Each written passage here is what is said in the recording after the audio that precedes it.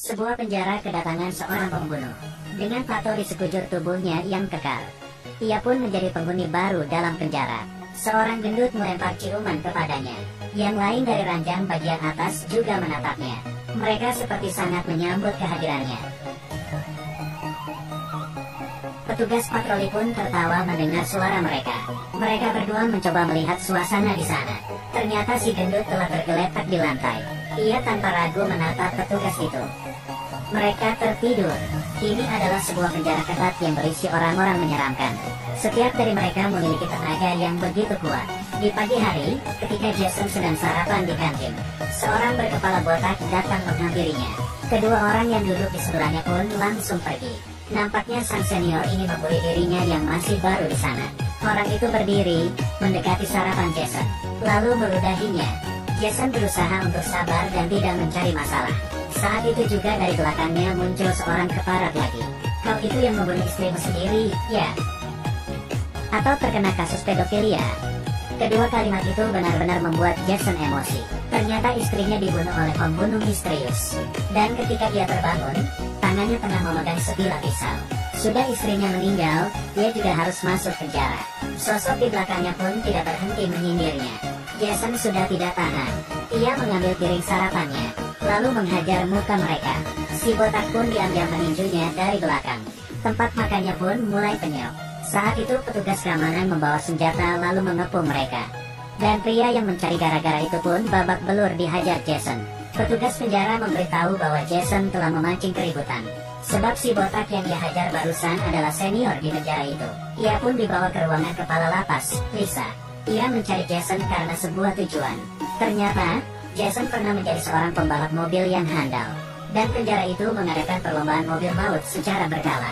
Lomba itu adalah lomba yang begitu kejam dan menyeramkan.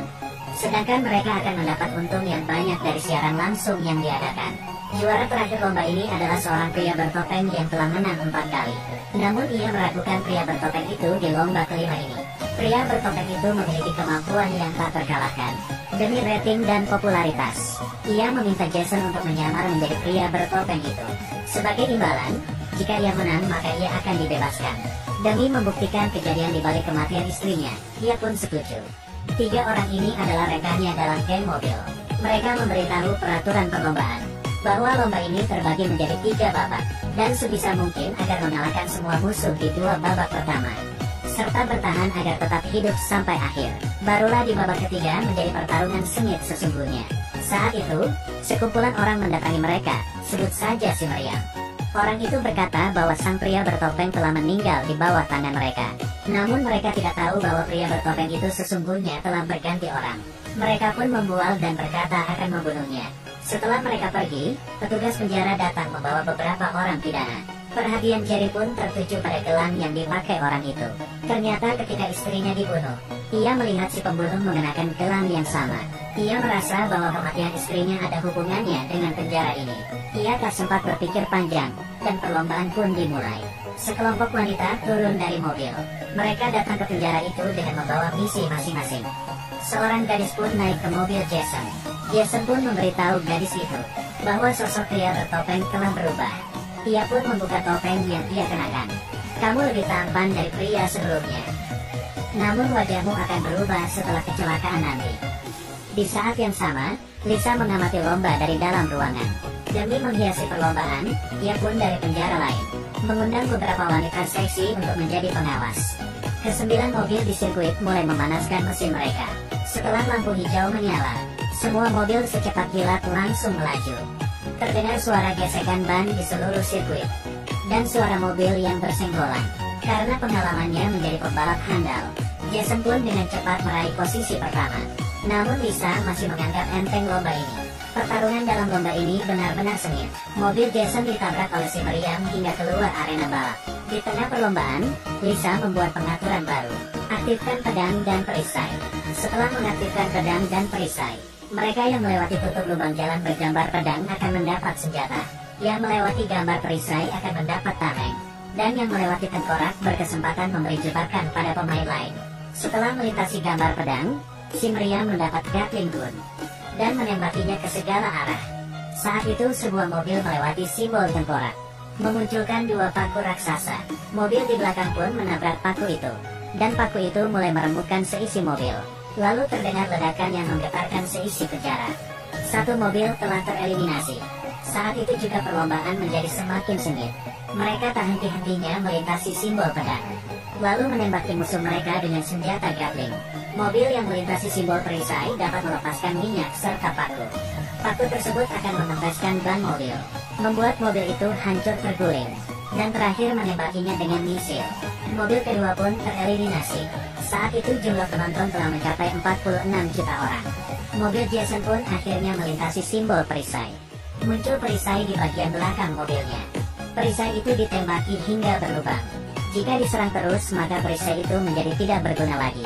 Di saat yang genting itu, peluncur alat peledak Jason tidak bekerja.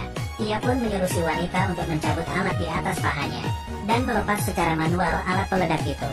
Bahan peledak itu mengenai dinding dan melumuri seisi mobil di belakang. Wanita itu mengambil pemantik api dari mobil, lalu pergi membuangnya.